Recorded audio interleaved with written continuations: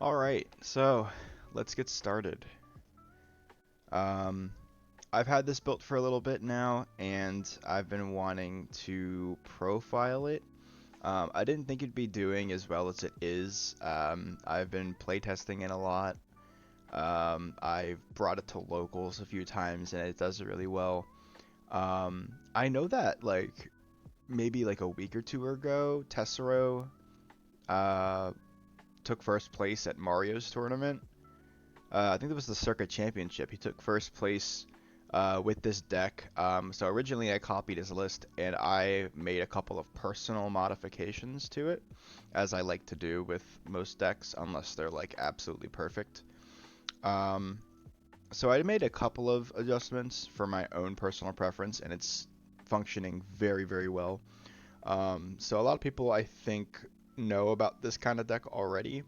But I just want to give my personal take on it. Like a couple of people have been playing this at locals, and I want to show what my list has been like.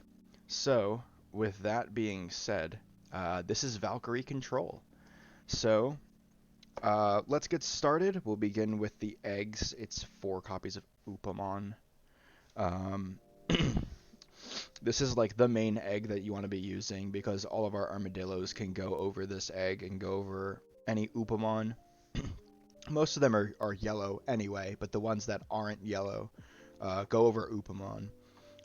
During the opponent's turn, while Digimon has 2 or more colors, it gains a blocker. Um, Basically meaning it will always have blocker, which is good. Um, so I think that this is just a 4 of, and that's perfectly fine for the egg base. Moving on now, we're going to talk about the rookies. We're playing 12 rookies, and they are all armadillos. So we're playing 4 copies of BT16 Armadillomon. During your turn, once per turn, one of your Digimon digivolves or is played, and it is either yellow or has the free trait, you'll gain a memory. This is good because you're going to be playing stuff pretty consistently and digivolving pretty consistently, so this is a good way to just do it cheaper. Even with the effect of the new tamer that you're playing, you can just start of your main phase, play a guy, gain a memory, which is sick. Next, we're playing 4 copies of BT8 Armadillomon. This is a really good searcher. So on play, over the top 4 of your deck, add a 2-color yellow card among them. With the exception of, I think, technically 3 cards total in the deck. Everything is yellow. So we'll be perfectly fine to be hitting something off of this every single time. So it's a really good searcher. I forgot to mention the new BT16 lines, like this Armadillo, and you'll see at some point the level 4 inherited effect all turns. This Digimon gets plus 1k. There's no conditions for that. It's just all turns. So don't worry about meeting a certain requirement of any kind. But yeah, 4 copies of this searcher, and we're playing 4 copies of promo Armadillomon. Um, on play, reveal the top 3, add a black or yellow card with 2 or more colors and a tamer with Cody in its name to your hand and return the rest to the bottom. So we are playing the new tamer, which is going to be able to be searchable off of this, and it also adds 1 black or yellow card that is 2 or more colors, which again, now with this criteria, there's only 1 card in the whole deck that we cannot search for with this effect. So this is another really good searcher effect.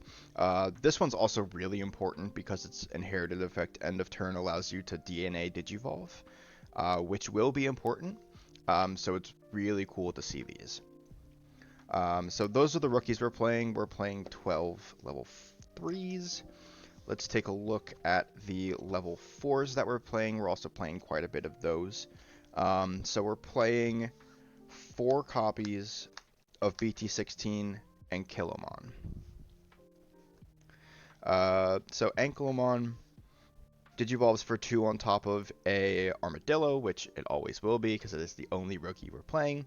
It has Natural Barrier, and then either on play or when digivolving, one of your opponent's Digimon can't attack players until the end of their turn. So this is where we begin to get into the control aspect of this deck. This again, like I said, the BT16 lines will give inherited all turns plus 1k. This is really good just to stop something from attacking and give yourself another turn and set something up. So this is why this is a 4 of. Everything else we're playing is a 3 or less. So we are playing 3 copies of Targetmon. This is another natural blocker.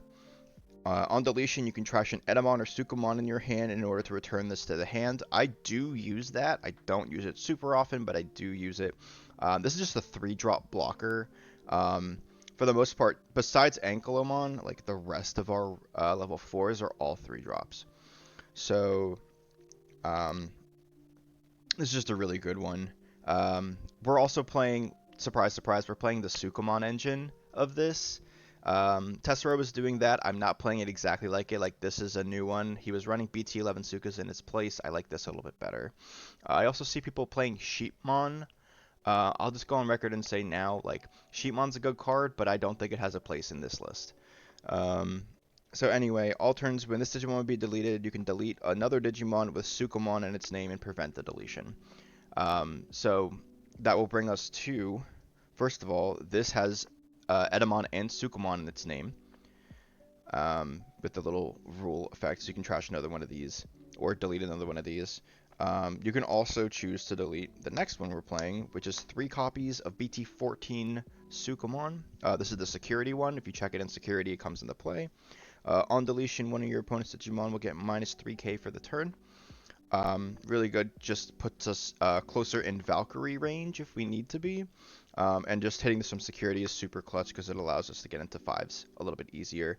The last card we're playing is 2 copies of BT15 Garemon, name also treated as Numemon. On play and on deletion, by trashing a card with Numemon or Sukamon in its name from your hand, one of your opponent's Digimon gets Sec -1 until the end of their turn, so kind of similar to Ankylo, where we're just like slowing down the opponent and making it so they're not allowed to attack or that they can't really do any damage. So yeah, we are playing quite a few level 4s.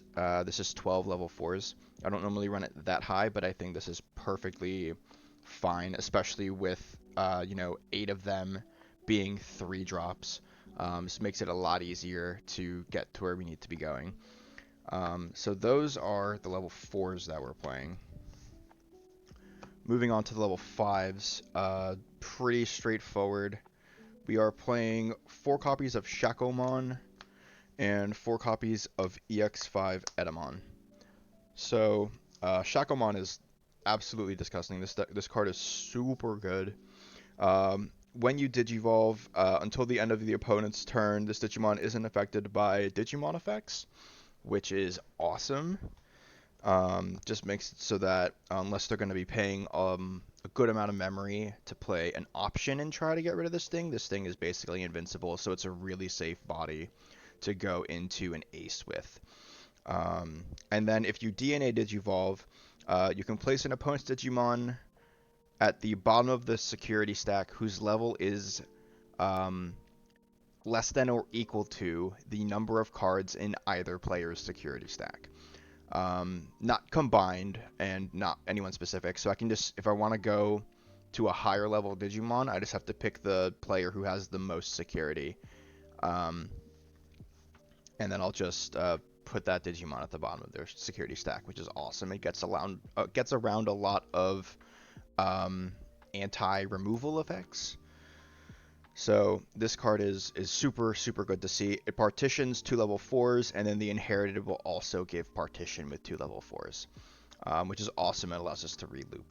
And then 4 copies of EX5 Edamon. This card is disgusting. I hard drop this card more frequently than you would think.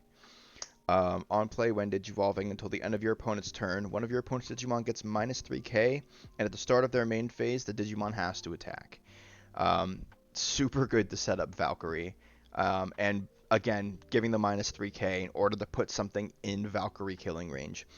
Super, super good. And then the Inherited effect is also really awesome. Opponent's turn, once per turn, when an opponent's Digimon attacks, you can reveal the top 3 cards of your deck and play a black or yellow Digimon with a play cost of 3 or less without paying the cost. So this puts down another body that can put down one of our level 4s or one of our level 3s, which is really, really good. So those are the 8 level 5s we're playing. Moving on to the 6s and higher. It's a mandatory 4 copies of Valkyrie. This is just the main guy, you know. This card is absolutely gross. Um, I think this card should be at least a 1 or 2 of in every deck that can support the color requirement. This card is awesome. On player, when digivolving, all of your opponents get minus 5k for the turn. This is a blanket effect. So if you blast on your opponent's turn, all of their Digimon will have minus 5k for the turn. It's very similar to Ruin mode. Just really, really slows them down for a turn. It's awesome. And then all turns once per turn, when a card is removed from a security stack, delete an opponent's Digimon with 8k or less. If it didn't delete a Digimon by this effect, Valkyrie will get security +1 for the turn. So even after, if you were to blast into Valk and something is still lingering on board, like it was too big to delete even with this, there's a good chance that they'll be 8k or less after this effect takes place. Security will check, and then Valkyrie will just delete it. This is really, really good. Very few things survive Valkyrie Ace. But worst case scenario, if they have nothing on board, you're doing 2 checks with Valk, and it's awesome. Moving on, the other level 6s we're playing are 2 copies of Valkyrimon. I'm strongly considering upping this to 3 for a couple of reasons. This is a really good card. On play when Digivolving, you can de-Digivolve 2 an opponent's Digimon, and then none of their Digimon with 1 or fewer Digivolution cards can suspend until the end of their turn. Really, really solid. When attacking, delete an opponent's Digimon with 1 or fewer Digivolution cards. Also super good. I've popped Death X's with this before. Super, super fun. So now, moving on to the reason why I might want to run this at an extra. We are playing a copy of Chaosmon. I'm not always finding both of these, and it's not really super easy to be able to get 2 ace stacks up as quick as you would think. But, you know, that being said, I have resolved Chaosmon before. It's a really gross card. Somewhat circumstantial, but I think this is a really nice one to have, at least as a one of. It has Barrier, Blocker, Partition, 2 level 6s, which is amazing. If this thing dies, it's just going to pop out the aces. When Digivolving, de-Digivolve 3, one of your opponent's Digimon, and then one of their Digimon will get minus 8k for the turn. End of the opponent's turn, both players will trash the top card of their security stacks. This is a really good late game ending card. It's just super strong. And then the other DNA we're playing, 1 copy of Ragnarlord. It's so nasty. When Digivolving Blitz, and then when DNA Digivolving, for every 4 cards in the Digimon Digivolution cards, delete an opponent's Digimon with a play cost of 20 or less and trash the top card of their security stack. Literally nothing can survive this card when you DNA into this thing. And then you're trashing security is always super good. Once per turn, all turns when a card is removed from a player's security stack, unsuspend this Digimon. So doing minimum 2 checks, and or there's a good chance you could make him a blocker. Just a really good card to see. Again, getting to the Jogress is a little hard with these numbers. I might end up putting Valkyrimon at 3. The last card we're playing is a 1 of Blitz Omni. This might be what I end up putting in a 3rd Valkyrimon with.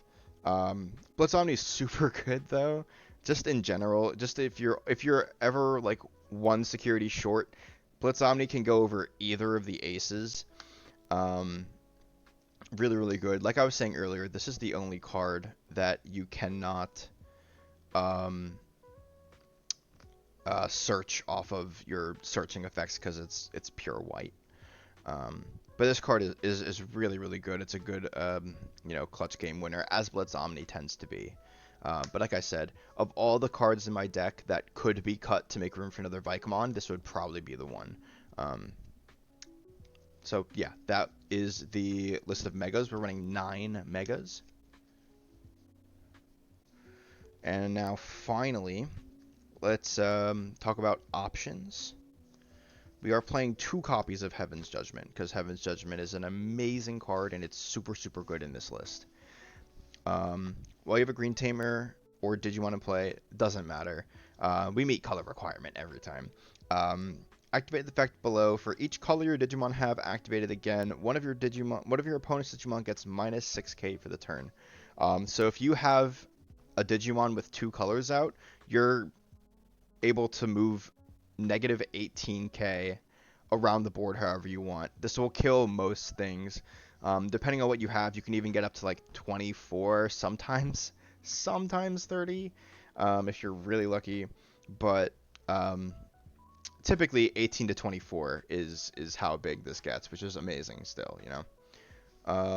And then security effect, one of your opponent's Digimon gets minus 12k for the turn, which is awesome. We're playing 2 copies of Physical Training and 1 copy of Yellow Memory Boost, just for search power, memory gain, and then Digivolution cost reduction. This is really, really good. Physical trainings are standard. Originally, this was 3 physical training, and I just opted for Yellow Memory Boost because I wanted to do a bit more searching, and I wanted to be starting my turn at more memory. So that's the options that we're playing, and then the tamers that we're playing is 3 copies of Cody and TK, BT16, and 1 Memory Setter TK. This was originally, like you could probably guess, this was 4 copies of Cody TK, and I recently made this adjustment, and I think the deck functions way better like this. I get to search my security for any missing piece I might have, or just to get something good into my hand. I'll recover 1, and of course having a memory setter is always awesome. Always better than not having a memory setter. So we should be playing at least 1. Like I said, starting your turn at 3 is the best thing that can possibly happen, because you can play basically anything you need. You can drop your Armadillo for a search. You can drop a 3 cost level 4 in order to do a cheap Jogress into Shaco, assuming you already have a 4 on board. I think that this is really, really strong. Cody TK, start your main phase, play an Armadillo or Patamon from hand without paying the cost. At the end of your opponent's turn, return it to the hand. All the new tamers do stuff like this, just for different colors. During your turn, when one of your Digimon digivolves into a black or yellow Digimon, by suspending this tamer, gain a memory. If DNA digivolving, de-digivolve one of your opponent's Digimon. Always super good. If we're not de-digivolving, which, you know, the only DNAs that we have are Shaco, Chaos, and Ragna. So we're not doing the digivolving very often, but it's always good to be able to just play an Armadillo for free. That's always really cracked. And then gaining a memory for digivolving, making our digivolution costs even cheaper. Really, really good. Overall, this deck is performing very well. I'm having a great time playing with this. Like I said, there's a couple different variants that I've seen. I've seen pure Suka. I've seen no Suka and all Armadillo line, like I said, with Sheepmons. A lot of people are surprised I'm not playing the new option that's supposed to go into this deck, the Advent of whatever. I completely forget what it's called. I've seen it. It's a super good card. It's the same exact situation as Sheepmon, where I just don't think it has a place in my list. If you want to play it for sure. I'm sure there's plenty of cuts you can make. But personally, I don't think the deck even super needs it. Our whole goal is just to control the board with Valkyrie and then just kill them by doing 2 checks every turn. But yeah, that's the profile for Valkyrie Control. Feel free to build it however you want. Share with me any differences that you might have. I look forward to seeing all of your lists. And yeah, there's a lot of really fun stuff to play this format. It's not just Imperial, it's not just Magna. I've been playing a lot of different stuff, and right now this is treating me the best. But yeah, that's all I got for this one, guys. Thanks for hanging out. I'll catch you on the next one. Peace.